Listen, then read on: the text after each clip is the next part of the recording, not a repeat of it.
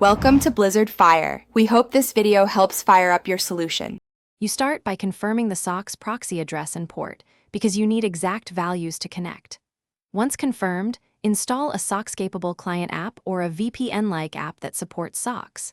Make sure developer options are enabled if you plan to use a DB routing tools.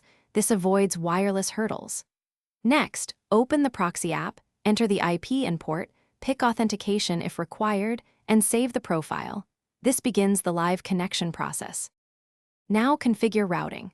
Decide whether you need system-wide proxying or only per app routing, because system-wide alters all network traffic.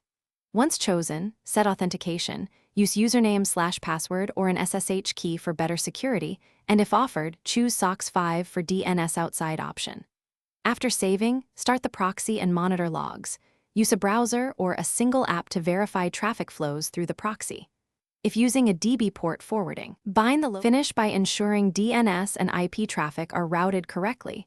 Choose SOCKS 5 to reduce DNS leaks, and double-check the proxy host is reachable. Once done, reboot the app or toggle the proxy on and off to force new DNS and TCP handshakes. Finally, test multiple sites and make sure persistent settings are saved. If connections fail, inspect firewall and NAT rules on the proxy host. Often the port is blocked or the host IP changed, and adjusting those fixes the problem quickly.